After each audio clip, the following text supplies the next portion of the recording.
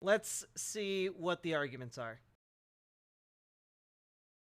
Are brought to you by the generous support of my patrons on Patreon. If you'd like to help support this channel, join our growing Discord server, and get early access to every video, consider becoming a patron at patreon.com/secondthought. First, I must confess that over the past few years I have been gravely disappointed with the white moderate. I have almost reached the regrettable conclusion that the Negro's great stumbling block in his stride toward freedom is not the white citizens' counselor or the Ku Klux Klaner, but the white moderate, who is more devoted to order than to justice, who prefers a negative peace, which is the absence of tension, to a positive peace, which is the presence of justice, who constantly says, I agree with you in the goal you seek, but I cannot agree with your methods of direct action, who paternalistically believes he can set the timetable for another man's freedom. That white person that you see calling himself a liberal is the most dangerous thing in the entire Western Hemisphere. He's the most deceitful. He's like a fox. And a fox is always more dangerous in the forest than the wolf. You can see the wolf coming. You know what he's up to. But the fox will fool you. He comes at you with his mouth shaped in such a way that even though you see his teeth, you think he's smiling. Holy shit. What?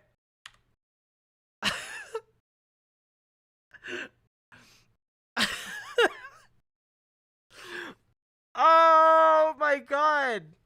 All right. Yes, as we know, Keffals, the biggest threat to the Western Hemisphere, the most dangerous thing in the Western Hemisphere, Kufels.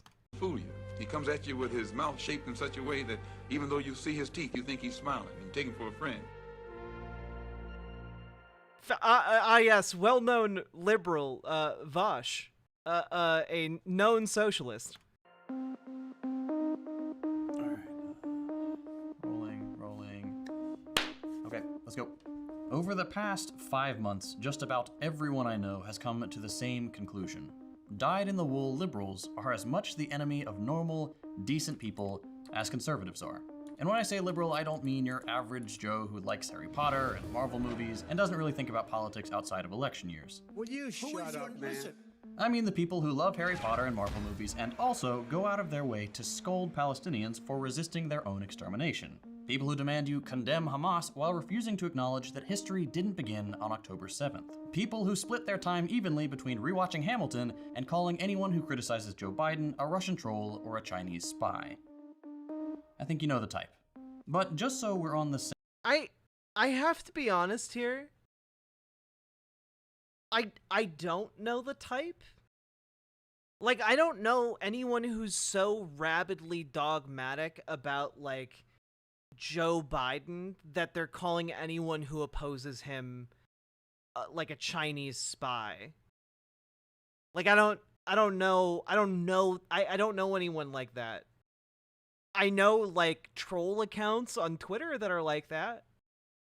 I know that there are, like, Kamala Harris stans that are like that, I guess, but, like, I don't know many people who are rabidly pro-Biden, you know? Same page before we go any further, let me be extra clear.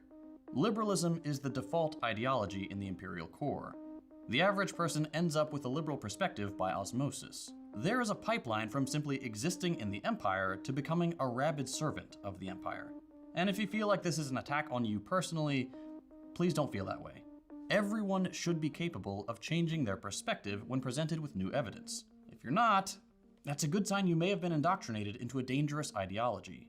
But that's what this video is about. I'm going to give you just a little bit of evidence that Western liberals are a tremendous force for evil, and contrary to what they want you to believe, they absolutely do not care about truth, justice, peace, or progress. Let's start with the civil rights. Oh boy. Okay, we're really just throwing down the gauntlet here. All right.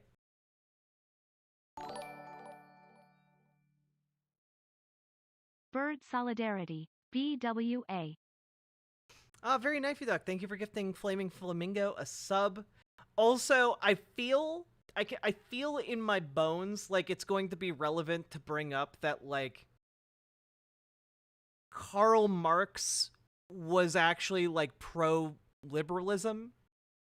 Like he wrote about being pro-liberalism. Like it's not like he was like actually pretty happy with it as a concept because it improved on things of the past, and that was good. Making improvements is good over time.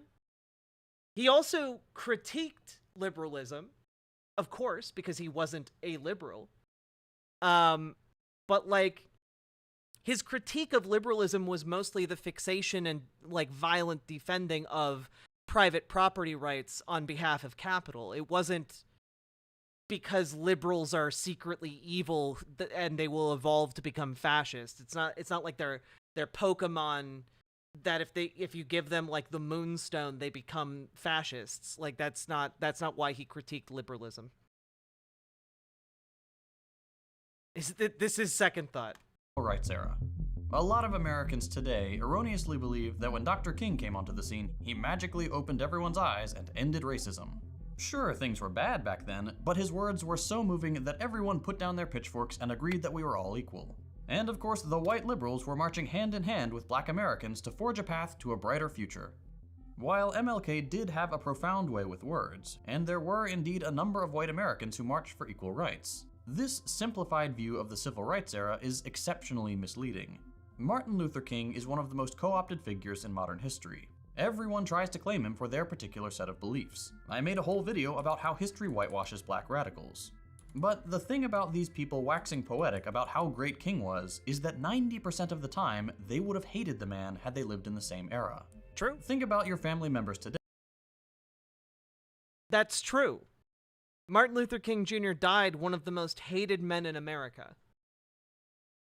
However, I don't necessarily think it's like a good gotcha argument to be like, yes, if you'd lived back then, you would have hated Martin Luther King Jr. too, because you would have been a product of your environment. You would have been a product of like your station in society, your situation at the point of birth and like throughout your development. Like people develop their ideas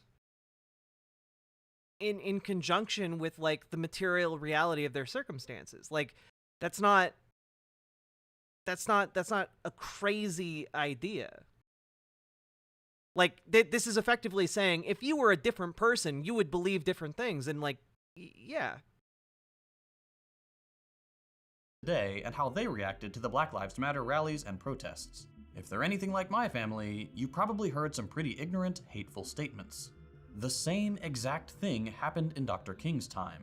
Police brutality, rampant racism, and constant attempts to misconstrue what the movement was really about. The thing that always concretizes that fact for me is this comic, by the white moderate cartoonist Charles Brooks. King talking to a reporter with the city destroyed in the background and some white people lying on the ground, and King saying, "I plan to lead another non-violent march tomorrow." This is exactly what we see today. Liberals get uncomfortable and suddenly they're not for equal rights anymore. Or more accurately, they still say they are, but they just have some concerns about optics. That's not how you're supposed to protest. Why can't everyone just protest peacefully? Why? So you can ignore it? The entire point of protest is to be disruptive. But even if we put that aside, no one wants to have to protest. They want things to change with as little friction as possible. But that's just not how things work when the oppressor class likes their position and that position is dependent upon subjugating another class.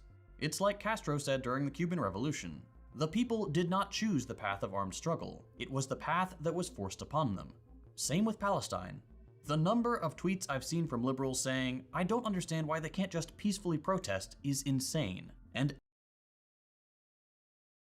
every single time, someone claps back with a different instance of Palestinians peacefully organizing and being killed all the same.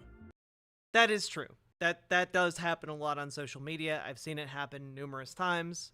That does happen. By the time King penned his letter from Birmingham jail, which you heard some of at the beginning of this video, he had become disenchanted with white Northern liberals, who had earlier in his career been his greatest source of white support. But when King started talking about systemic issues that intersected with racism, such as economic inequality, these liberals started to squirm. The comfortable whites who looked down on the Southern yokels for their ignorance and racism were now in the hot seat themselves. They benefited from a two-tiered society in which liberal elites were at the top. And so the complaint about optics was born. Look, Dr. King, we support your ideals, but the way you're protesting just isn't okay. This is the way liberals operate. They support emancipation movements in theory, but as soon as it crosses into the realm of the material, they become no different than conservatives. If violent protest is illegal, and nonviolent protest gets your liberal supposed supporters to condemn your movement, what recourse do you have to effect change? I feel like this is a very simplistic summary of what Martin Luther King Jr. was doing. And I don't know that like Second Thought would necessarily disagree with my comment here, but like the reason Martin Luther King's nonviolent like protest movement was very successful was because it occurred in conjunction with and was designed to be done in conjunction with violent forms of resistance. Like, part of the success of MLK Jr. was the fact that, like, his nonviolent protests would be so violently put down by the police, by the attack dogs, by the hoses, by the hate mobs, that the injustice of that action, of that police action, would then be broadcast to the rest of the world and create this upswell, this groundswell of pressure in the form of riots and political organizing that would in turn move the establishment, right? And so it was not simply a peaceful movement, and it's not simply a dichotomized, like, oh, you're either violent or you're peaceful, but like the intent of MLK's protest was to use the inevitable results of these images and videos being broadcast in order to radicalize the American public to his position, you know? And so I kind of chafe a little bit at the simplification here when it was a pretty complicated and, like, I would say courageous strategy that really hinged on he and his own being willing to just eat shit over and over again on camera in order to spur action. And while, yeah, this was hated by establishment ghouls at the time, but it worked. That's the thing, right? Like, it worked on moving and radicalizing the American population towards MLK's position enough to create enough pressure to actually get the Civil Rights Act passed. That kind of flies in the face, I think, of the point that Second Thought is trying to make here. The fact is, Martin Luther King, with his radical politics, was able to radicalize and change and move liberals. So I'm interested to see where he's going to go with this. Because I feel like he's already inadvertently, by simplifying this, made a point against himself and his position. There's a reason imperial core countries are actively trying to criminalize various forms of protest. They have a vested interest in things remaining the same. As Kwame Ture said in his 1969 book, The Pitfalls of Liberalism, what a liberal really wants is to bring about change which will not in any way endanger his position. That is, of course, impossible when we're talking about fixing the systemic problems of racism, imperialism, and economic inequality. Okay. But I don't think that necessarily liberalism is incapable of incorporating, like, racial equality is the thing, right? Like, a lot of what he's talking about here is as if liberalism is opposed to those concepts. But what we've seen is, you know, over time, the ability to move the establishment liberal elite, the liberal establishment, toward those positions. What liberalism will fail ultimately in being able to do is grant us more radical workplace rights. You know, this is what we will need to fight for, organize for, etc. We might need to fight and organize for other forms of equality as well, of course. But ultimately, like, one of the primary components of liberalism is like the propping up of capital. And there is where, like, the biggest fight will be, and in order to shift it from, you know, private capital to democratically owned and operated capital.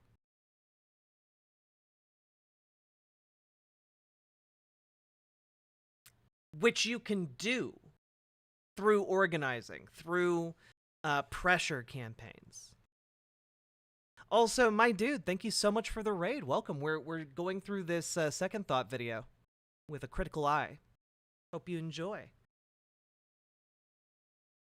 According to a 1966 Harris poll, King's favorable rating among white Americans was just 27%. Compare that to 95% today. That's how liberals operate. They oppose any attempts at emancipation while they're happening, then pretend they were always on the side of the righteous when they have the benefit of history books telling them who the good guys were. Again, yeah, when a thing happens in the moment, it can be perceived very differently than with the benefit of hindsight. I think a lot of people eventually came around because, again, they grew up in segregation, and let me put it this way, right? There's been a bit of discourse recently about, like, what racism costs, like, white people, for example. You know, the usual focus is on how racism privileges white people, and it does, right? In America, it absolutely does. But there's also a cost, and part of that cost is, like, not being able to easily form friends with, like, African Americans, you know, if you're white. It isolates you. It prevents you from learning and experiencing new cultures and new foods and new people and new ways of being and enjoying life. And that is something that absolutely worsens your life. And I think that, generally speaking, like, with with the Civil Rights Act, a lot of things over time made it very apparent that, like, white people were really hurt by that artificial separation, by the systems that kept black and white people separate. And of course, white supremacy still exists in the United States. Of course it does. But we need to keep fighting, because those costs are still going to continue to hurt white people as much as they are going to continue to hurt, to a greater degree, like, African Americans and other people of color. Like, we need to stand in solidarity with each other for our own protection and for the betterment of all of us. Wait, this sounds very much like how men miss out from not socializing with women. Well, it's true. You know, patriarchy also isolates men and prevents them from being able to form, equitable relationships with women. And it's only through unlearning and deliberately getting outside of that patriarchal mindset and bubble that you can finally make good, lasting, lovely friendships with people of the opposite gender, you know? Or of non-gender, or of a third gender, or of any kind of gender configuration, you know? it hurt, these types of divisions and bigotries hurt everyone. That hurt isn't distributed equally, of course, but it hurts everyone. And so, exactly with Otro. Another way of saying that would be unjust hierarchies are bad and hurt everyone in a society. That would be the smarter way of saying it, I think. But, I think once actual tangible process towards, undoing some of the systematic bigotry that we've incorporated to preserve and perpetuate ideas like white supremacy, when some of those are undone, even to a little bit, I think people understand the benefit and the enrichment and goodness of that thing. Obviously not everyone, because there's still going to be white supremacy. We haven't fixed racism. But I think that generally speaking, people understand that it is better for white and black people to be able to use the same water fountain, be able to go to the same schools. And yeah, that systemic racism still exists. That does will still, due to the legacy of redlining and such, still keep black people in some schools and white people concentrated in other schools. But it has gotten better from where it was. And I think people recognizing that understand that credit where credit is due for Martin Luther King Jr. There's a reason, it has only been with the modern rise of the MAGA fascist movement that conservatives have started talking about how Martin Luther King Jr. was actually bad. It's because up until this point, up until the viability of fascism in the United States, it was seen as completely unacceptable to criticize Martin Luther King Jr. in that way. Or not criticizing seems to imply they have actual coherent points when they criticize Martin Luther King Jr. They don't, to be clear. The fascists don't. But it says something that it was that he and his legacy were considered so off limits throughout the 90s and early aughts that bad-mouthing him would have been considered gasp-worthy even from conservatives, I feel like I'm babbling a little bit. I hope what I'm saying is making sense. There's a great tweet that really sums up this liberal tendency. A liberal is someone who opposes every war except the current war, and supports all civil rights movements except the one going on right now. Now, while MLK was outspoken in his disappointment with white liberals, Malcolm X went a critical step further and correctly labeled them an enemy of genuine progress and liberation. The conservatives are wolves. You know what they're up to. They're evil and they're honest. Not because they care about being honest, but because they're not afraid to wield power when they have it. The liberal is a fox. Less outwardly threatening, even seemingly approachable, but still a predator. A conservative will usually be open about their racism and how they need to keep the dirty foreigners out. Whereas a liberal will say things like, I see you, I hear you, hate has no place here. And then they'll run campaign ads about how conservatives are failing to secure the southern border. Biden hasn't stopped building Trump's wall. That should tell you everything you need to know about the liberal approach to immigration. Pretend you're deeply concerned, and then do the same thing the conservatives are doing. Or take the genocide in Gaza. Can I just say, it is also weird to me when people, are comparing and contrasting, MLK Jr. and Malcolm X.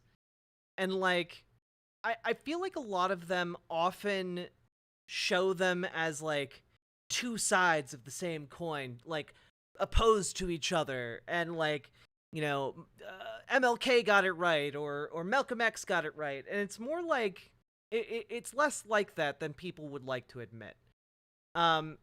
Because one of the things, right, and here's just a little article by PBS on Malcolm X, but interestingly enough, people tend to gloss over like the end here. Bit by bit, Malcolm began a process of engagement with the movement. He went to Washington and witnessed debate on the Civil Rights Bill of 1964, running into King in the process. "I'm throwing myself into the heart of the civil rights struggle," Malcolm said. Where previously his separatism had meant no interest in voting, he now told Mississippi youth that he was the voter registration effort. He was with the voter registration efforts 1,000%. He accepted an invitation from the Student Nonviolent Coordinating Committee to speak in Selma, Alabama, and had conciliatory words for Coretta Scott King, whose husband was then in jail. Quote, "I want Dr. King to know I didn't come to Selma to make his job difficult," Malcolm said. "If the white people realize what the alternative is, perhaps they would be more willing to hear Dr. King." While never embracing King's Christianity or his commitment to nonviolence, near the end of his life, Malcolm X gave indications that he was willing to work with the fellow preacher, that they could be, if not exactly partners, then at least no longer adversaries in the quest for civil rights. Like, over time, Malcolm X, like, moved more towards MLK's position. Not necessarily because he agreed with it 110%, but because it was expedient. It was effective.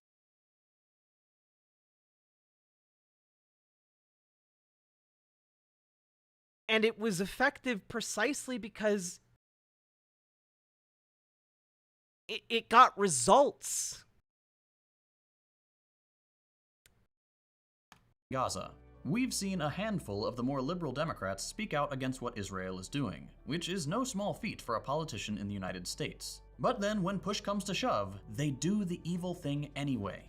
As I'm writing this script, every single Senate Democrat just voted to continue funding the genocide in Gaza. Every single one. It's like the meme. The people on the receiving end of US militarism don't care whether the people who sent the bombs are deeply concerned about it. They're still sending the bombs. Socialists like me tend— Just out of curiosity here.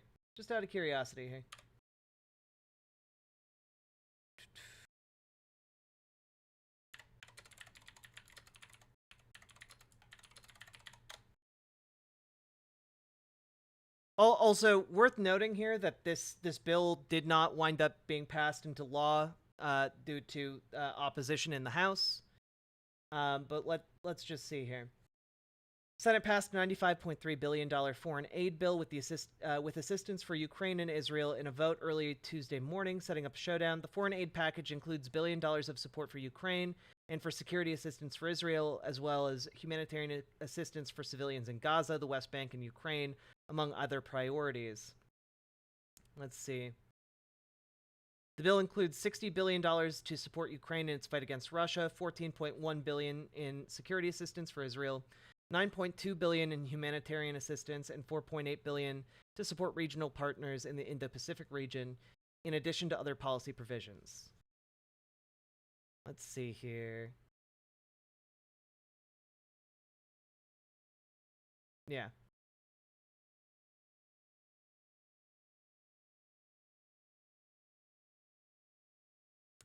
Johnson's opposition.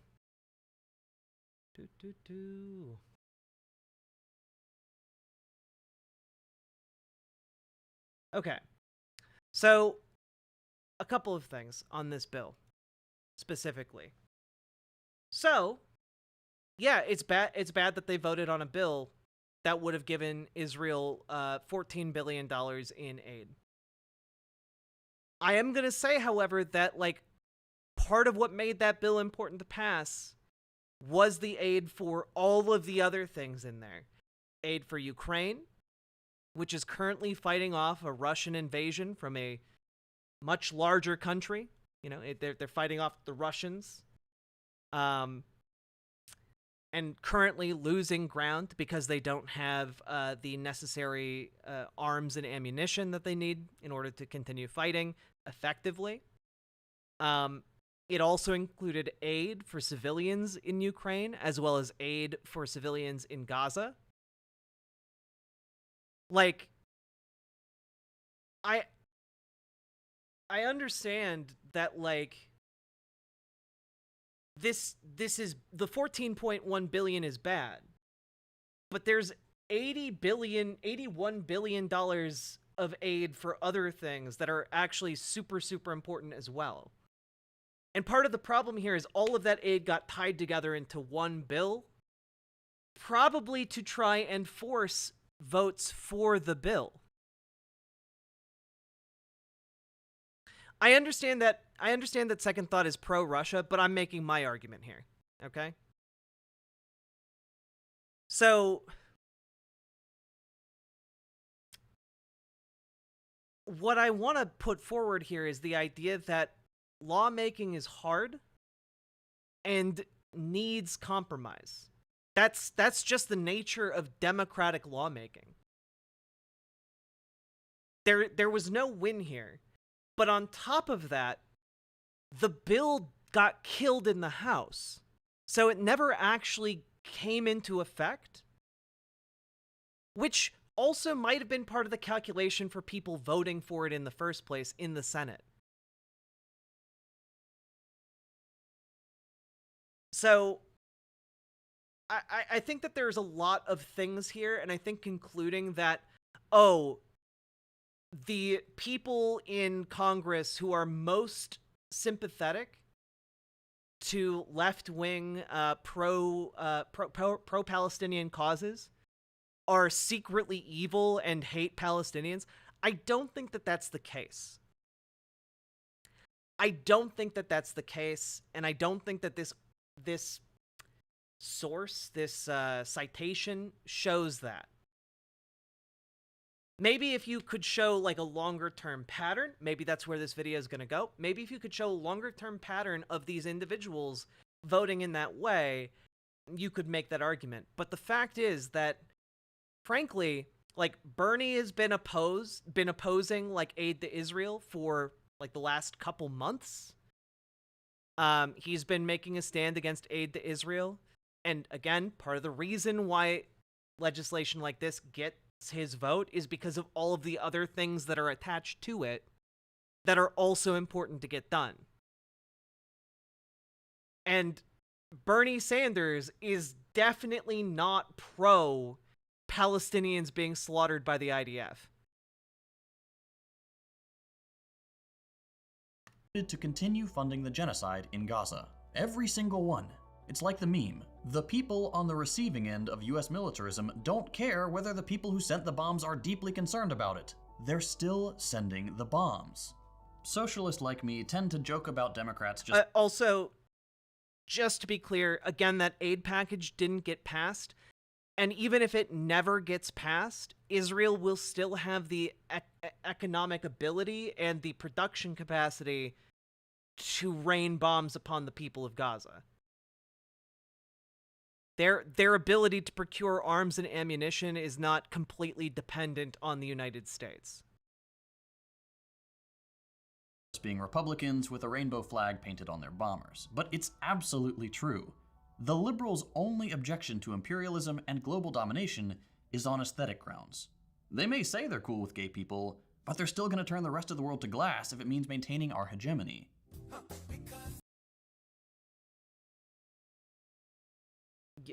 Yeah. But that's what states do. Like, if you're an anti-statist, welcome to the party, pal. Yes, states are bad. But also, that behavior doesn't differentiate a liberal state from any other type of state. States act in order to preserve their power and perpetuate themselves. That's what they do. This isn't unique to liberalism. So, like, if the option is between two different states, one of which is liberal and the other of which is not, generally speaking, unless that other option is like some sort of like communist utopian state, you're going to go with the liberal one as opposed to like a feudal monarchy. You know? A good example of this meaningless liberal pandering is when Pharrell recently sent Trump a cease and desist to stop Trump from using his songs at rallies. And then he turned around and performed at a fundraising gala for the IDF. The people who've killed 11— What?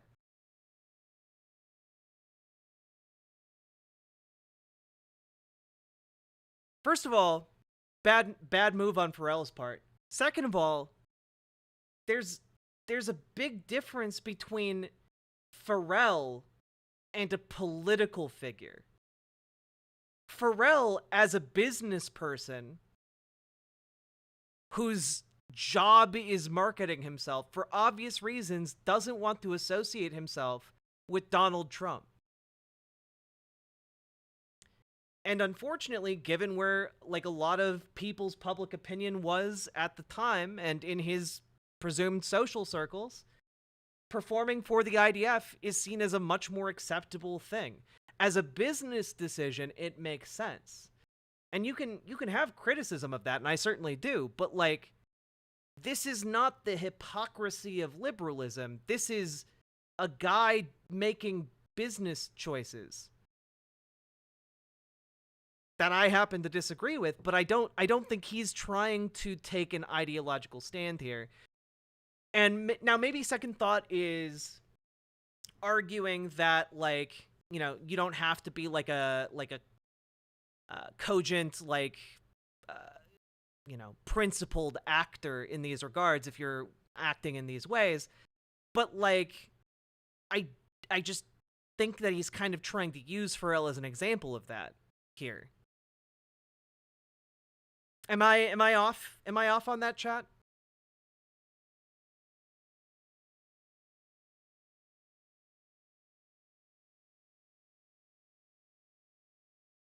Yeah, like, Trans Girl Jade, that's kind of what I'm getting at.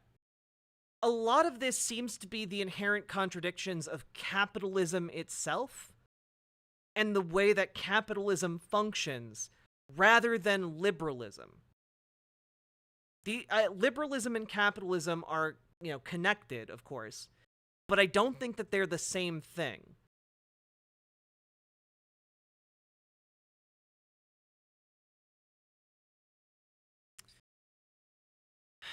Like, liberalism is tied with capitalism. However, liberalism is also a mechanism by which capitalism is and has been restrained. It's just a flawed ideology because it can't restrain capitalism forever. Capitalism will always seek to accrue capital. Like, that's what it's designed to do as a system. And liberalism is ineffectual at containing capitalism. And that's that dissonance between the two of them is my primary point of contention with capitalism and liberalism. And I think that you can still use liberalism to achieve good outcomes and good things. And you can use capitalism in certain ways in a similar respect, you know, like a boycott, divest, and sanction movement that's actually effective would be an example of that, for, you know, example. And I just think that these are two distinct things. Liberalism will latch on to capitalism as capitalism is like the primary economic driver, but I think that it's possible we could like replace capitalism with some other mode of economic production, and liberalism could still function, or at the very least would mutate into something else entirely. Do you believe that fascism is capitalism in decline? I would phrase it more as fascism is capitalism in crisis. Like, the crisis of capitalism opens the door for fascist authoritarian dictators, and then capitalism gloms on to fascist authoritarianism because it's seeking to siphon off all of the capital that fascism is able to seize at will, you know? Does that make sense? You can kind of think of it, capitalism in that way, as parasitic. Whereas liberalism is kind of like this restraining force on capitalism, but if capitalism encounters crisis, then like capitalism kind of becomes, instead of the main vehicle for liberalism, can become like the radicalizing thing that is then used by fascism. Am I articulating myself all right?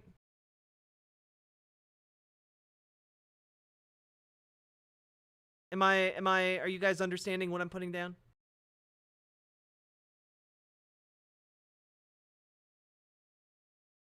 Okay.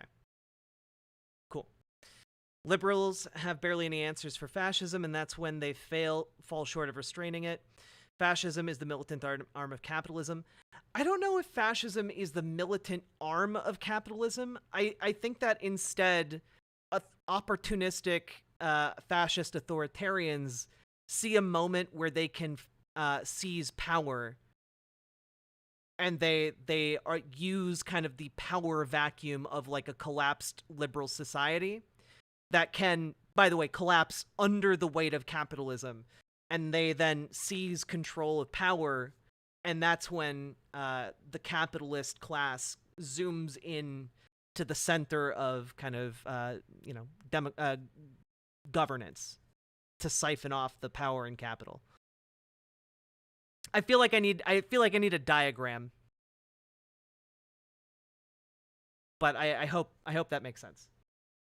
1,000 children in the past few months, who have targeted doctors saving injured people, journalists trying to show the world what's happening, the people who blindfolded a man, told him to run, and then sniped him in the back of the head. Okay, celebrities being useless is one thing, but when you have a liberal world leader, that's when things get really dangerous. Take Trudeau, for example. In response to one of the many ongoing protests for Palestine in Canada, on February 13th, he posted the following on Twitter. The demonstration at Mount Sinai Hospital yesterday was reprehensible. Hospitals are places for treatment and care, not protest and intimidation. I strongly condemn this display of anti-Semitism. In Toronto and across Canada, we stand with Jewish communities against this hate. This is insane. If you've been online at all in the last 5 months, you'll know where I'm going with this. I mean, I agree. This is an insane statement to put out. I don't know what material effect it has, other than like voicing like status quo like anxieties about like people being able to get to the hospital and like, you know, co-opting the language of the Israeli state for use at home. But like, I don't unless this is attached to like more action, I'm not like, this isn't like beyond the pale insane. This is just like, yeah, that's liberal aristocracy for you. Justin Trudeau, liberal darling, has supported to the hilt the Israeli apartheid regime, which has bombed every single hospital in Gaza out of operation. Not only that, these monsters also dressed as doctors and nurses and infiltrated a hospital to shoot and terrorize the patients and I feel like we're under a survival horror this election year. Oh, we absolutely are, this one. We absolutely are. Also, thank you for the subscription. I appreciate it. But no, like we're currently in. I feel like we're under a survival. We're currently in like essentially like a do or die situation. Like it's either fascism takes over America or like we buy ourselves 4 more years to try and get something better, you know?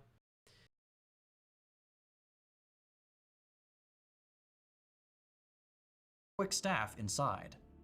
To the liberal, walking outside a hospital and demanding justice is a bridge too far. But butchering an entire population because it serves the interest of capital is perfectly acceptable. The justification for statements like Trudeau's has always been opposing anti-Semitism. That obviously doesn't work anymore.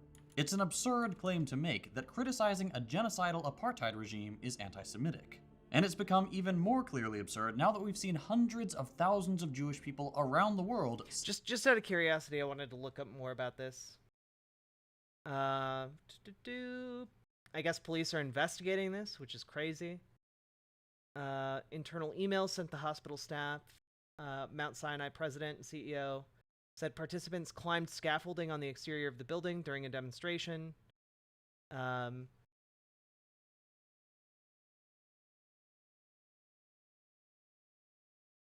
Okay, the protesters say the hospital wasn't being targeted, just happens to be along a regular rally route they take to get to the U.S. consulate.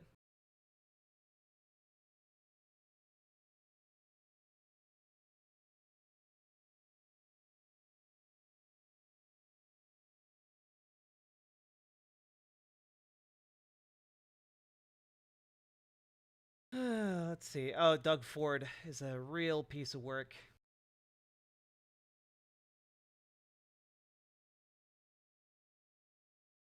Widely condemned by a number of groups.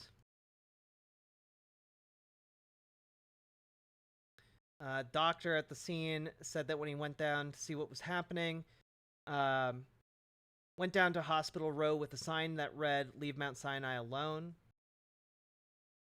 Oh, when he said while he said that the protesters had moved on by the time he arrived. My God.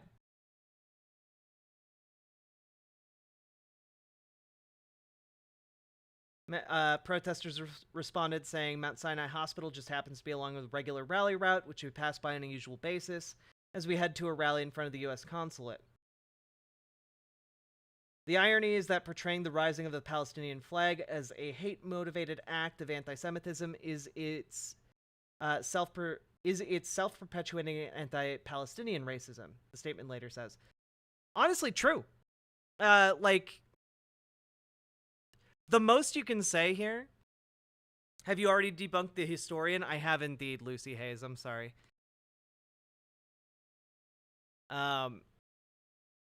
Also, folks, go follow Lucy. Go give Lucy Hayes a subscribe on YouTube. Conyer, hello, welcome, Raiders. We're going over Second Thought's latest video where he calls Vosh an enemy of the people for being a liberal. So welcome, folks. Very important stuff happening here. Yeah, no, I think that like his description of this protest is accurate, and like it really does make Trudeau's statement more ghoulish when you know the details. Like, really, at most, Justin Trudeau, President of Canada, or Prime Minister of Canada, is just like going out there and saying, how dare those people climb on scaffolding outside of a hospital and like not do anything else. Like, that is a ridiculous level of like finger wagging, you know?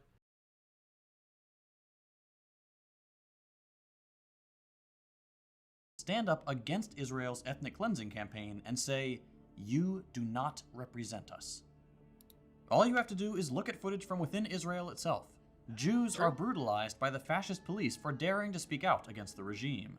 The anti-Semitism charge obviously doesn't work anymore, so the liberals have fallen back on what they do best, weaponizing vague feelings. The main objection to rallies for Palestine now is that it makes people feel uncomfortable or unsafe on college campuses in the West. Here's an example that's been making the rounds online.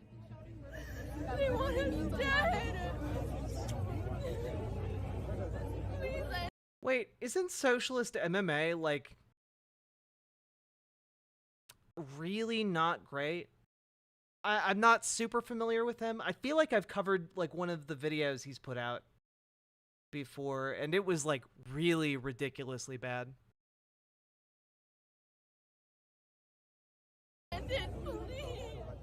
Aside from the fact that those are the most obvious fake tears you've ever seen, I want you to think about the absurdity of this display. Claiming to feel unsafe in your insular little university versus this. To be clear, I don't think that those tears are fake. I think claiming that the tears are fake misses part of the problem, which is that there are some people who have grown up so conditioned by their environment in the United States and abroad, you know, elsewhere, obviously, that they grow up and those tears come from a genuine place. The fear is genuine, though unfounded, right? Like, they might genuinely be afraid, even though there's no reason to be afraid. You know, kind of like how racist conservatives can genuinely be afraid of black people, even though there's no reason whatsoever to be afraid of black people. You know?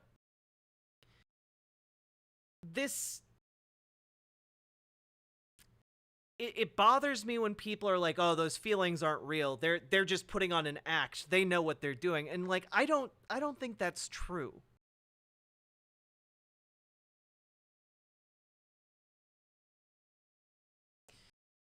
Yeah, like there are like part of why they are so fearful is Israeli propaganda. The Israeli propaganda machine is one of the like most effective in the world.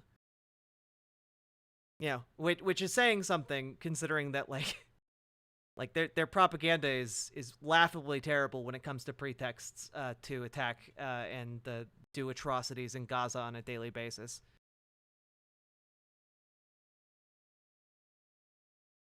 Yeah, it's been decades of like honestly, probably longer than like the lady we saw crying in that video.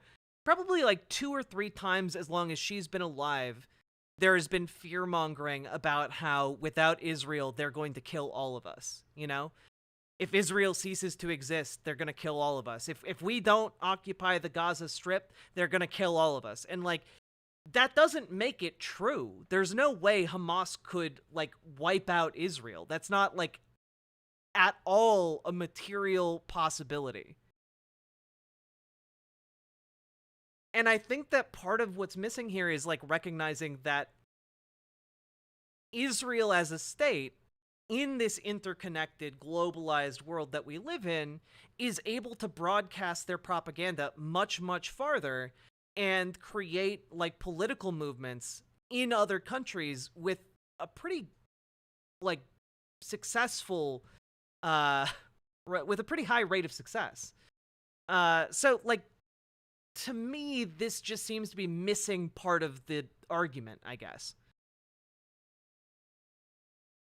Like it doesn't matter that it's unfounded, and when contrast against the actual things that act like the actual people in Gaza who have actual bombs to fear, you know, it's laughable that she's crying about being afraid on a college campus in America, but still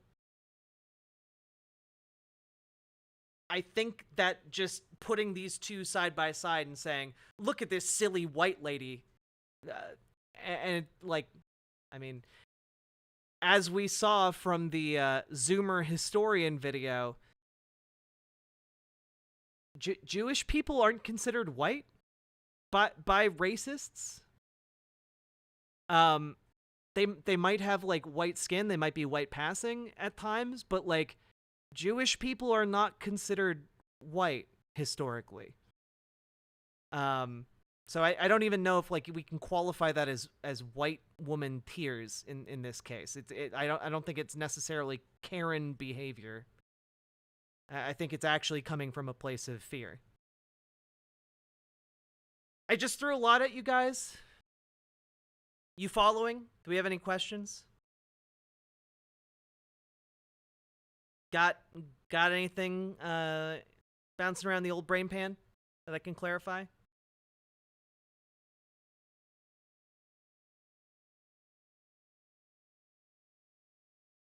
I'm not really following. Damn it.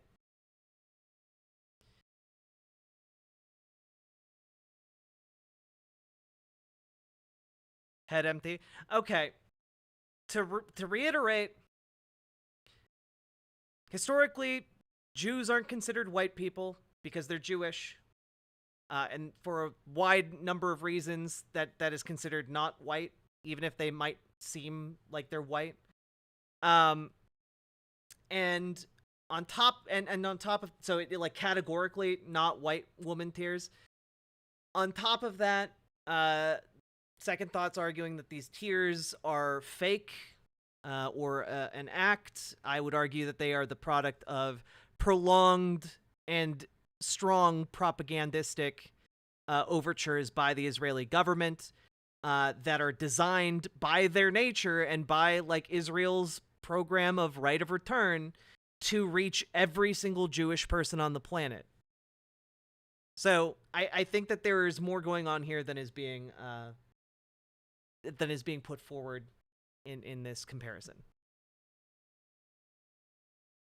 Exactly, Rambe. Anti-Semitism is a thing, and like most racists do not consider Jews to be white. They consider them to be a different thing. They are, like, most racists are also vehemently anti-Semitic.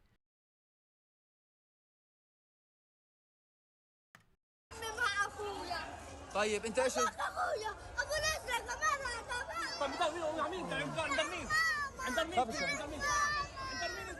That's what unsafe looks like. Yep. You feel uncomfortable? Think about how uncomfortable it is to have no food or clean water, no shelter, no hygiene products, your family killed, the places you've been told will be safe purposefully targeted with bombing runs. Liberals again, yeah, clearly these people have far less safety. But you can also be unsafe in a perfect, like an unbombed city. There are ways you can be unsafe in different places on the planet. That doesn't negate the lack of safety in other places. But clearly, yeah, this is more unsafe. have no right to cry crocodile tears and pretend to feel unsafe. Of course, again, here, the argument is that, like, oh, if you're in the United States, you are, and you're Jewish, and you think you're afraid, you're just pretending that you're afraid, you see. I guess this is the first major point of, like, disagreement I have. They'll still do it, and sometimes it will work. There are very few weapons as dangerous as a white woman's tears, as minorities have learned the hard way throughout history. How can you say that without, like, a shred of, like, like, my God. Ah, yes, Jewish people, not minorities anymore. I forgot. We undid that somehow. Enough pretend fear, and they get what they want. In this also, yeah, like Jewish, like, to this day, Jewish people are disproportionately targeted for hate crimes in America. Like, oh God,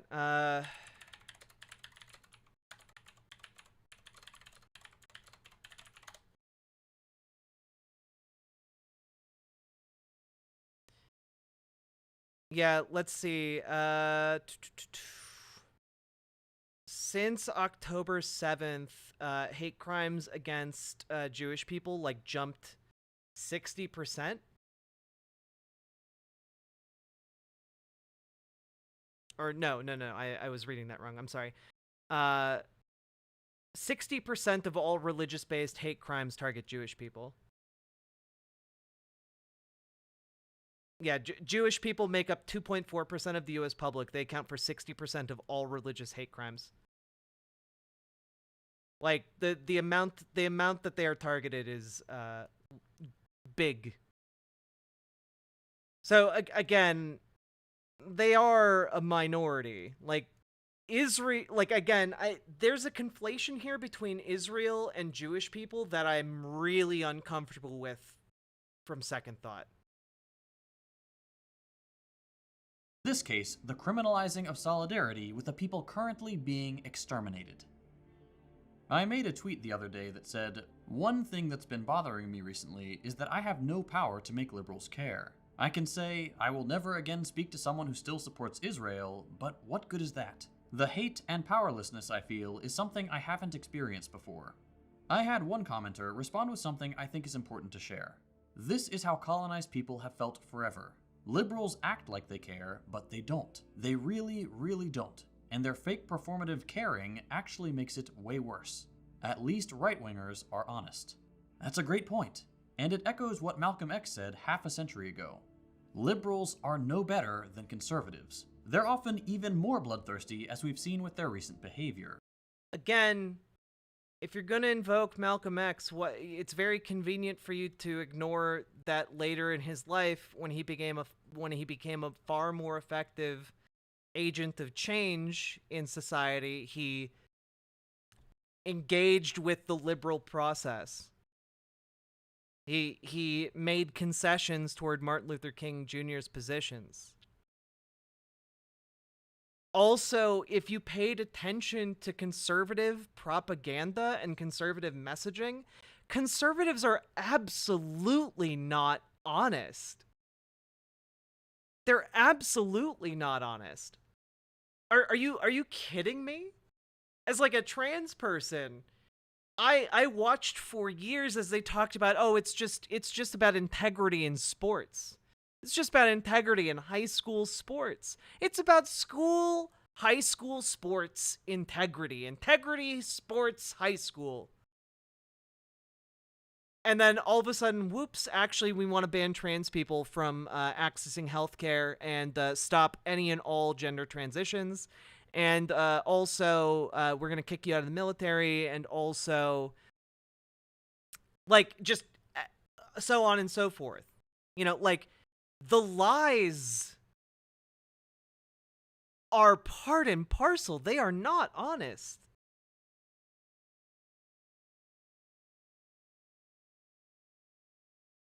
The only thing that separates a liberal servant of empire from a conservative one is that the liberal will lie through their teeth to make it seem like they're on your side. At least when a conservative says they want you dead, you can believe it and brace for impact. Except they often don't say that they want you dead. You know, like, you can look at even, like, the most conservative fascist governments imaginable. They often don't just say, we want you dead. You know, when Germany was targeting homosexuals, for example, they didn't just say, oh, we're going to kill all homosexuals. They said, we need to re-educate homosexuals. So they would put homosexuals on the front lines of combat, you know, throw them into the meat grinder of war, or they would be sent to effectively a secondary type of boot camp in order to be trained up for military purposes, and then they would be cured of their homosexuality. Or they would be sent to concentration camps for, like, repeat offenders, you know? And they were never, like, told, like, oh, we're eliminating all homosexuality from society by killing everyone. No. They were going to treat the homosexuality.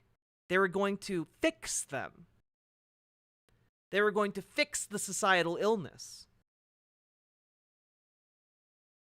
And when it comes to, like, Jewish people in the Holocaust, for example, they didn't ever talk about how they, I mean, not ever, but, like, eventually they got to this point, but for, like, a decade, they were like, oh, well, the Jews are evil, but, you know, we'll just kick them out of our country. We'll send them elsewhere. We'll ship them off forcibly if we have to. And then we'll separate them from wider society because, you know, they're manipulative and evil, and we'll put them in ghettos, but we're not, you know, it's not about killing them. It's about separating them from society, you know, so we can be civilized and control our own society. You know, it took time for their lie to take hold, and even after they had begun the extermination, they weren't, like, honest about the extermination. They weren't like broadcasting to the world, hey everybody, we're doing the Holocaust. They're not honest actors, and pretending they are is dishonest in and of itself, or at the very least, naive. With a liberal, you have to be a lot more vigilant. Conservatives don't care if they have the moral high ground. They want what they want, and no, conservatives only care about seeming to have the moral high ground. They don't care about actually having the moral high ground, but they do care about the appearance of maintaining the moral high ground. They don't care how you feel about it. A liberal will twist themselves into knots trying to convince. And again, conservatives absolutely care about how you feel about it. Specifically, they care about making you, like, triggering you. You know, the entirety of Trump's appeal, like 80% of his appeal, is the fact that he triggers the libs. They care about how you feel about it. They just want you to feel bad about it. If we're going to make it, you know, modern in our example here. Flaming Flamingo. Yes, exactly. This is why the Holocaust Museum has the final step of genocide being the cover-up of the genocide. The cover-up of the crime. Because they are not honest actors.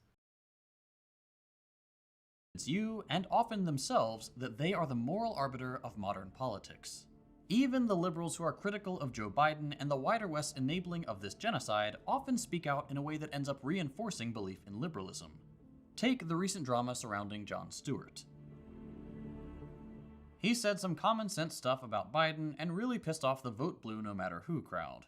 But his criticisms also really resonated with the masses of more casual liberals in the imperial core. His statements were intended to air the concerns of people starting to feel cognitive dissonance about their support of genocide, and then to steer them back into the fold of the Democratic Party.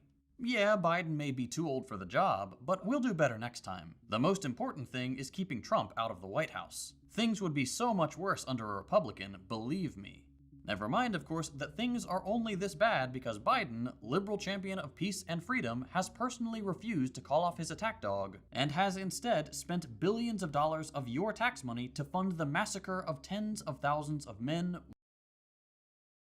I do have to ask, and I can't believe I keep having to ask this question.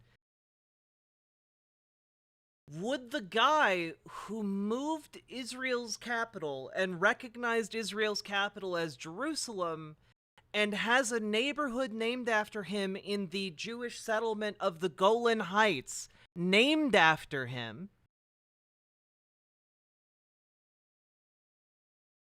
would he be better on this? I don't think so. Yeah, second thought is saying that Netanyahu is Joe Biden's attack dog, which doesn't make sense as an analogy because it's not like Joe Biden is ordering the ethnic cleansing of the Gaza Strip here.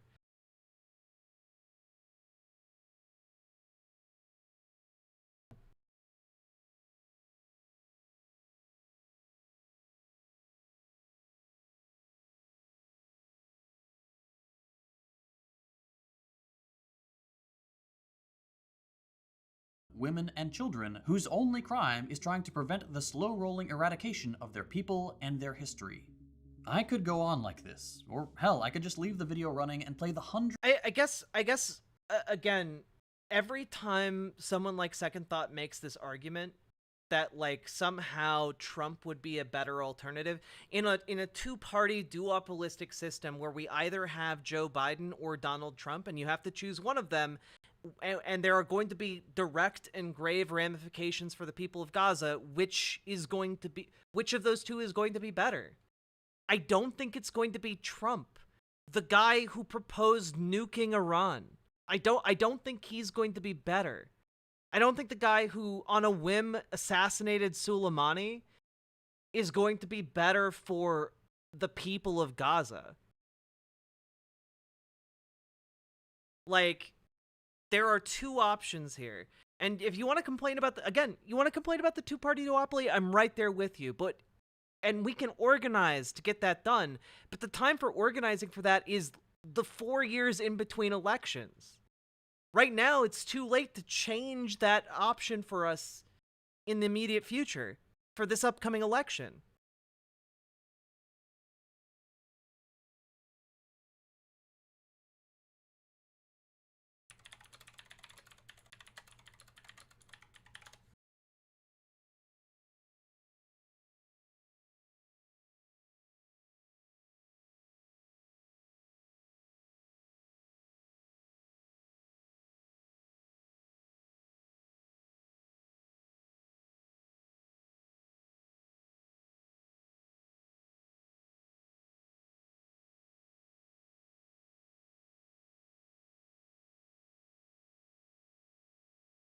Do we have a quote here?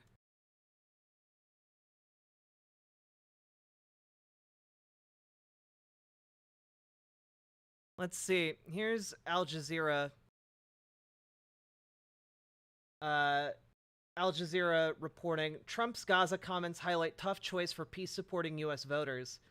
Donald Trump has voiced explicit backing for Israel's war on Gaza, suggesting that he supports the goal expressed by the hardline government in Tel Aviv of continuing the assault until, quote, total victory. Asked if he is on board with the way Israel was taking the fight to Gaza, The runner for the Republican U.S. presidential nomination responded, "You've got to finish the problem." Like, I don't know about you guys, but that is explicitly a call for a final solution to the Palestinians in Gaza.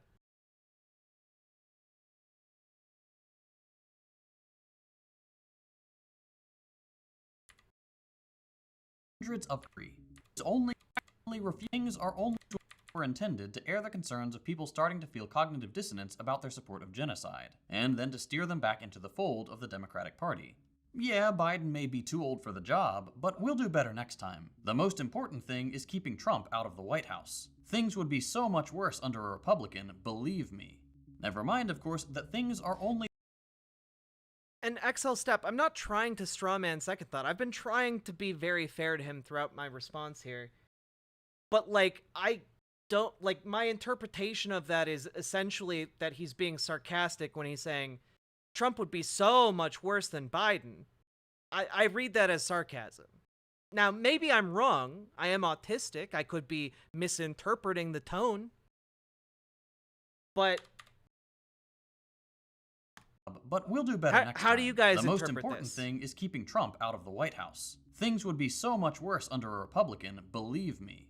Never mind, of course, that things are only this bad because Biden, liberal champion of peace and freedom, has personally refused to call off his attack dog, and has instead spent billions of dollars of your tax money to fund the massacre of tens of thousands of men, women, and children whose only crime is trying to prevent the slow-rolling eradication of their people and their history. By the way, I don't agree. I don't disagree with this. Like, Joe Biden could be doing more to end this conflict, and he should be doing more, and I agree that we should be pressuring him to do more. It's just that, like, he, as terrible as he is better. You know, he is better than the alternative. And that sucks. I could go on like this, or hell, I could just leave the video running and play the hundreds of hours of footage showing what Western liberals are enabling in Gaza. Children torn to pieces hanging from piles of rubble. A man so stricken with grief that he loses consciousness after being told his entire family has been killed. A beautiful little girl, my daughter's age, standing alone in the cold, waiting for parents who will never come back. But I know that footage will not soften the liberal heart. If they've made it this far and not changed their mind, they are irredeemable, and I will not waste any more of my time trying to win over my enemy. And for those who think I'm being overly harsh and that liberals are annoying but not really all that dangerous, I'll cite just one more historical fact. Every time liberals have been given the choice between socialism and fascism, they have sided with fascism. And when I say they've sided with fascism, that's actually a little misleading. Yes, normal liberals, the individuals, will always pick a well-dressed white fascist over a scary urban communist. But liberals as a political organism don't really choose to side with fascism as much as they devolve into it. Fascism is rooted in the same Western mythology as liberalism. Whereas in times of peace and prosperity, liberalism has I interpret him saying both Biden and Trump are both bad and leftists shouldn't vote for either one. I view that as an abdication. Like, if your leftist advocacy is like to give rise, is essentially to pave the way for fascism, I disagree with that stance. all the frills and niceties normal people would expect from a first world country. As soon as the economic base falters, as soon as the lines start to go down, the mask comes off. It's often said that fascism is capitalism in decay. And if there's one thing we've seen with the United States since the Reagan years, it's that capitalism is on the decline. There's a reason we're always at war, why our civil liberties are being curtailed under conservative and liberal leaders alike, why Joe Biden is holding twice as I would agree that the recent rise in fascist rhetoric and fascist political affiliation is essentially due to worsening, the Ouroboros is continuing to eat itself and getting smaller and smaller as a result. Something has to break, and generally speaking, in the absence of organized leftist resistance, when that breaks, it does break towards fascism. However, well, let's finish the video and I'll give my final thoughts. As many immigrants in cages as Trump was at the end of his term. Why we're backing Israel to the very last Palestinian. When capital has to circle the wagons to maintain its dominance, its rhetoric and actions start to look a lot like fascism. The reason for this is simple. Fascism is seen as a solution to an economic problem, just as socialism is. But the difference is that fascism does not threaten the primacy of capital, or the comfortable position of the white liberal. Economic hardship creates conditions where bitterness, I'm not an anarchist, I'm a socialist.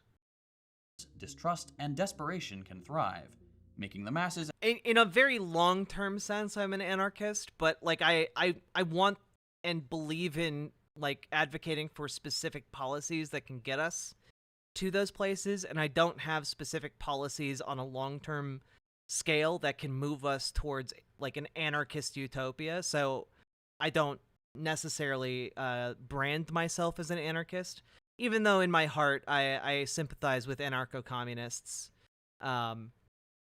and would love to see such a society. I just don't have a path to actually get us there. Is an easy target for charismatic and bombastic fascists. I'll end with a gentle warning for new socialists, people who understand that imperialism is wrong, but who may still harbor some liberal ideology from their upbringing. There's this pervasive belief that if you just show people enough data that something is bad, we'll reach a critical mass of collective outrage, and then suddenly, through legal and government-approved means, we'll be able to stop the bad thing. That's just not how the real world works.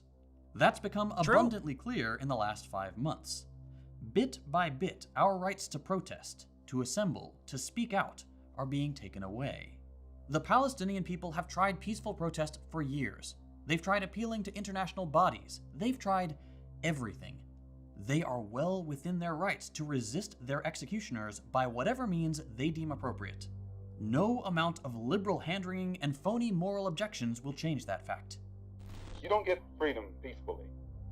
Freedom is never safeguarded peacefully. Anyone who is depriving you of freedom isn't deserving of a peaceful approach by the ones who are being deprived of their freedom. A few times in the last couple years, I found myself thinking, surely not these liberals. Surely this friend or this educated person or this family member will be different. And they disappoint every single time. At some point, all decent people have to realize that liberals are as much the enemy as conservatives. They may weaponize inclusive language, they may try to trick you into thinking they care, but it's a lie.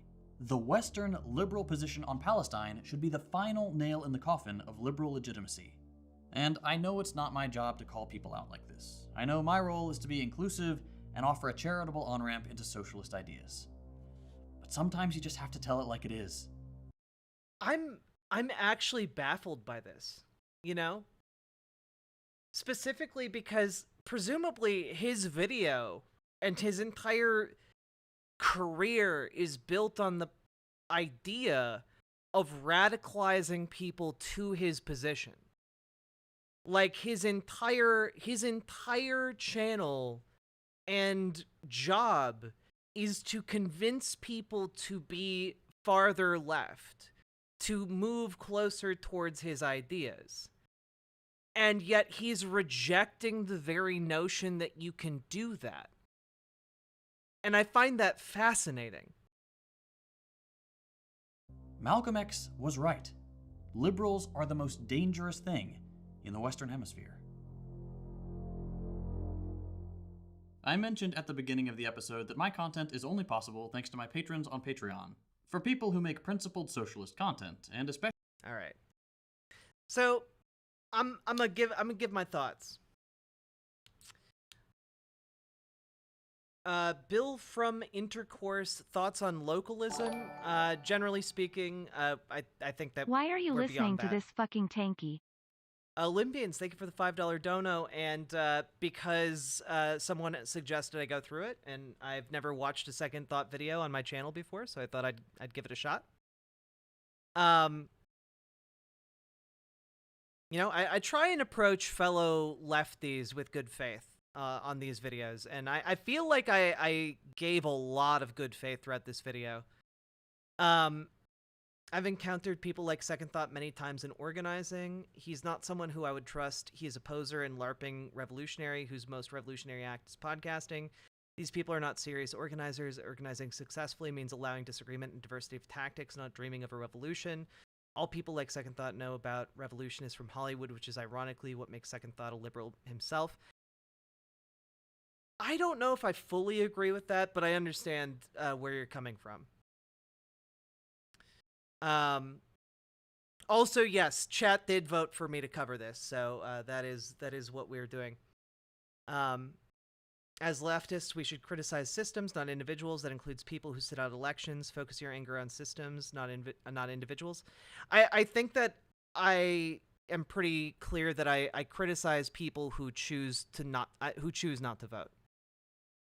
You know, most people don't vote in elections. I just think that if you're politically aware enough of what's at stake, that choosing to sit out an election is a pretty heinous act. And I guess it's not so much anger on my part as it is like, if you know that fascism is on the line, like you like it's a choice between a milquetoast neoliberal or the rise of fascism in the largest military on earth, with colossal geopolitical implications. I view it as an abdication of your duty as like a left-leaning individual. And specifically, I'm not going to waste my time like going one-on-one with like every person on Twitter who's like that. But if somebody is prominent and like making videos to try and convince people that like you shouldn't vote, yeah, I'm gonna go over that video and I'm gonna criticize it. You know, I'm gonna respond in kind. That I think it's a terrible argument, that I think it's a terrible decision, and that I think it has terrible effects. Like, I don't know, I believe in the power of organizing people to vote, because if you can organize people to vote, you can organize them to do a lot of other things that are Never even trust more hankies useful. and campists, for they are as deceitful as fascist hell. They are fascists. Thank you for the $5 dono. I would really love to get my thoughts out, though. So, yeah, my position is like maybe one of disdain.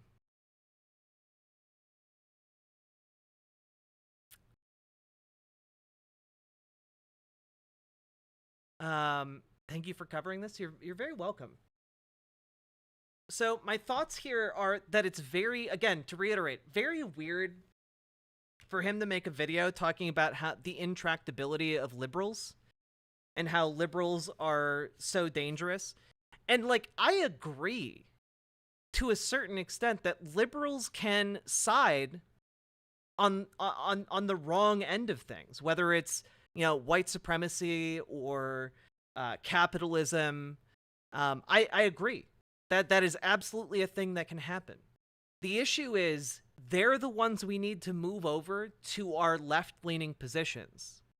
And while it's true that liberals will fall victim to fascism, it's our job as leftists to prevent that from happening.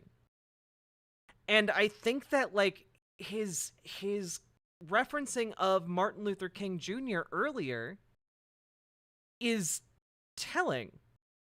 Because again, and I need to stress this, Martin Luther King Jr.'s movement of nonviolence was not effective simply because it was nonviolent. It was effective because Martin Luther King Jr. knew the effect his nonviolent protest would have, meaning that the images and videos from his nonviolent protest would then go on to spur, you know, spontaneous acts of violence in the form of like rioting, which would in turn radicalize both black and white people to his position, and winds up being an effective way of moving people to the left. What's interesting here is trying to kind of say that, like, liberals are the enemy here when they are. I view liberals far less as an enemy and more as like a football. Like our job is to move that football. To move that football, to win our policy goals, to enshrine our rights into law, to then move farther beyond that and use that tool, radicalizing people to our position via whatever means are effective at the time until we win. And we win by changing the primary mode of economic production, which is shifting it from private capital to democratically owned capital. You know? Why not focus 100% on grassroots organizing rather than voting? Because, and this is important, if you focus on organizing, the lowest possible bar for you to clear is getting someone to go vote. If you can't get someone to go vote, you can't get someone to go do anything. And I think that, frankly, like, it's good to get people to vote and engaged in the democratic process on a local level and on a state level, because those have huge effects.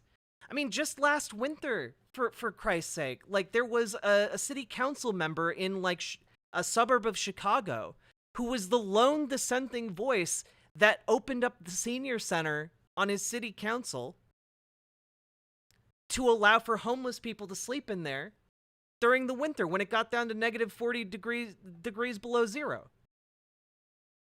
That one guy getting elected to city council meant the difference between life and death for people in that area. And you can criticize the systematic issues that led to that decision needing to be made. But the fact that, like, one person made the difference between whether the homeless people in his area would live or die, that's what's at stake. That's what's at stake here when you abdicate your responsibility as a leftist and refuse to participate in our process. You could mean the difference between someone living and dying, not just on the presidential level, but on the local level. And so I advocate for people to get better at organizing for voting, the lowest possible bar of entry for organizing. And then you can build up an organizational base, you build up a community base, and then you can do other cool things on a local, a state, or even a national level. Things that actually improve people's lives. And, like, it's so frustrating. Because so often people are like, well, why not focus on grassroots organizing for other things? You should. You should be doing that too. But you can use electoral organizing to springboard into organizing for other things. Voting is just something that happens once every 4 years or 2 years. Organize then, and then move on to organizing for other things. Whether it's a local soup kitchen or like a protesting food truck or like something that will help people in other ways, you can do that more effectively if you get good at organizing. And why abdicate the ability to build political power? You could do both. You can pat your head and rub your tummy at the same time. Regardless of the path forward, it relies on us being organized.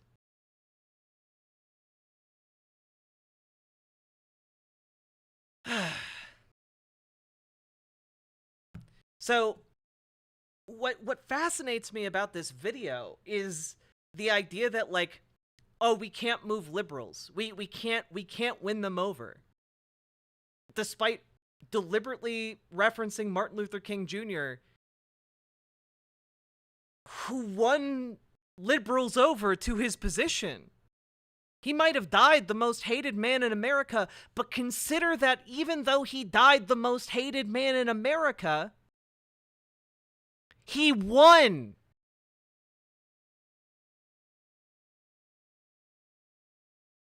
He fucking won.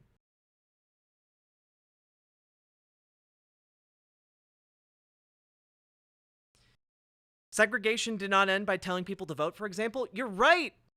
It's almost like I just spent time talking about how the reason Martin Luther King Jr.'s movement was successful was because it also incorporated elements of violence, but in a way that was politically expedient and effective.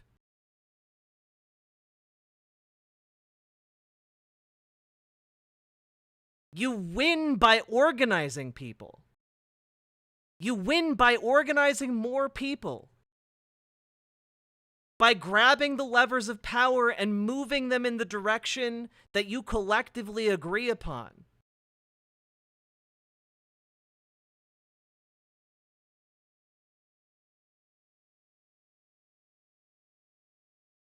Like, I got bad news for you guys. If you can't win over liberals who are, you know, at least on some level amenable to leftist ideas,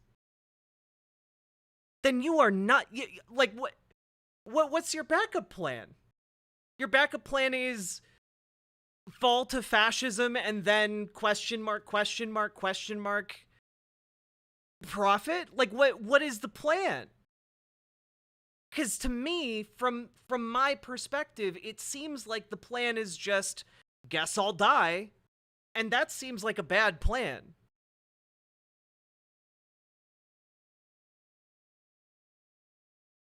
So this video is weird to me because, again, he opens and ends with quotes from Malcolm X. And Malcolm X was a proponent of violence, but so was Martin Luther King Jr., and people don't really seem to make that connection. Martin Luther King Jr.'s plan and his organizing relied upon other forms of violence that would spontaneously erupt. Organize in the streets, don't vote. Look, if you're this is like saying fight a war but without a gun. That's the level you're operating on. You need to go to war with the U.S. military, but you can only use swords and bayonets. You're what? You're gonna throw away one of your most useful tools to prevent fascism from taking hold? No, that's stupid. That is frankly silly. You don't just throw one of your most useful weapons on the ground if you're fighting a battle. You use everything at your disposal.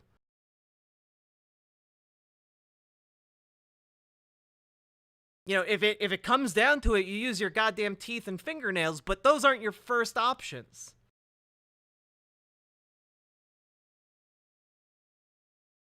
So, like, I guess where I'm getting at here is it's weird to me that he then, like, quotes not Martin Luther King Jr., Malcolm X in the opening and closing of the video, clearly to, like, emphasize his point.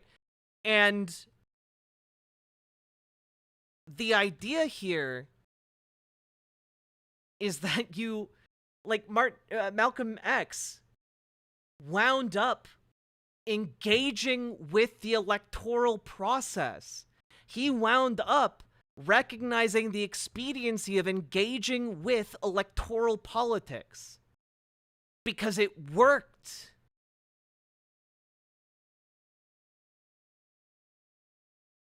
Earlier, I agreed with you, Johnny Bravo, about the importance of organizing, but I'm telling you that leaving voting out of the equation is simply abdicating power.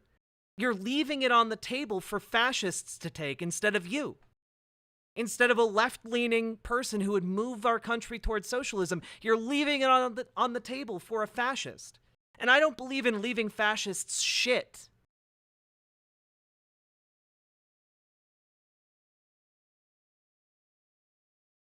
You organize everywhere.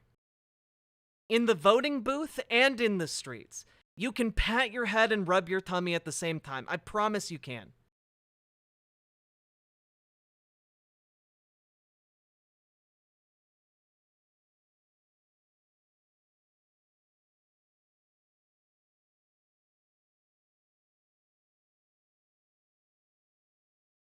Honestly, I feel like many lefties are allergic to power because they're afraid that having power means they become the center of criticism. They'd rather sit on the sidelines and criticize.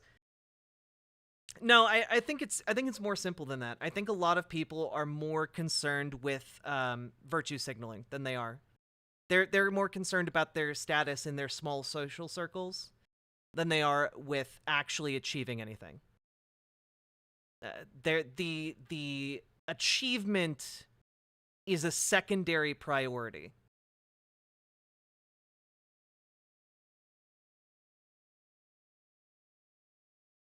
And that bothers me greatly.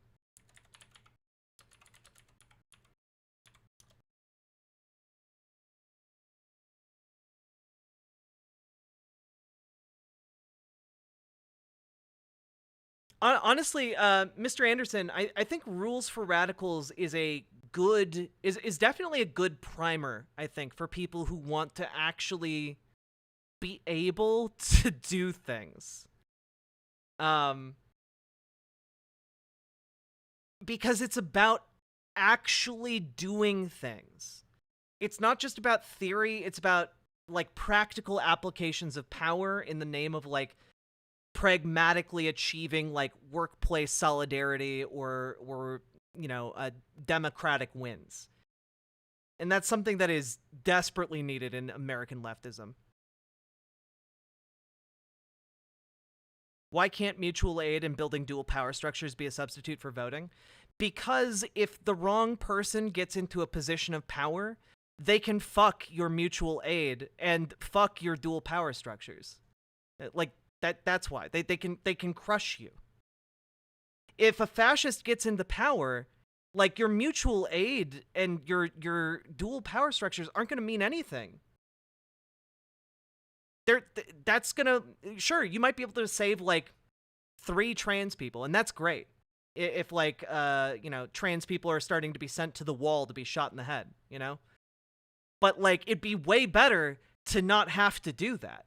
It would be way better to simply buy more time, organize more, buy more time, organize more, buy more time, organize more, building up power as you go until you win. Like, you organize better when there's not a boot on your neck.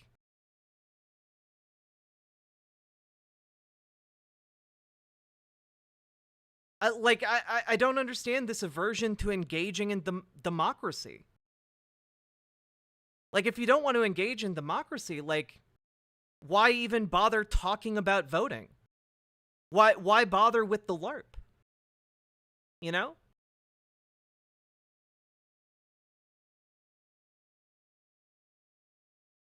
Organize more, organize better candidates?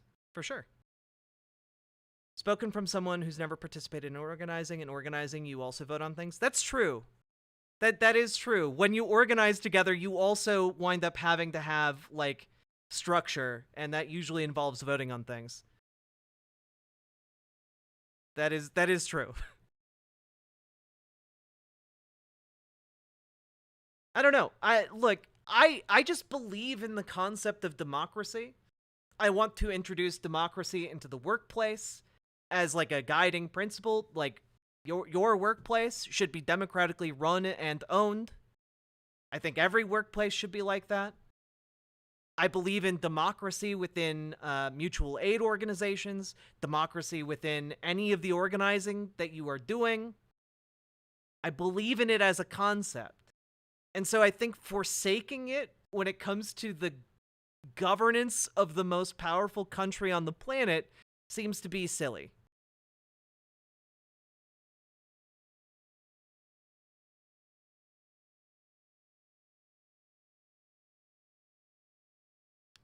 Kizzy, that is me in my profile pic, yeah. Love when you get passionate like this on stream. I love talking about workplace democracy.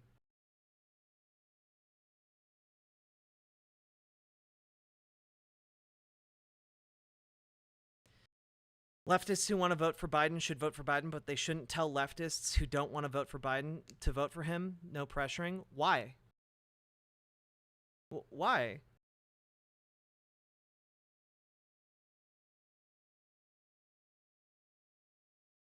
Like, I advocate for what I believe in. Like, that, it seems weird to say, don't advocate for what you believe in because it's inconvenient to me. That's too bad. You know?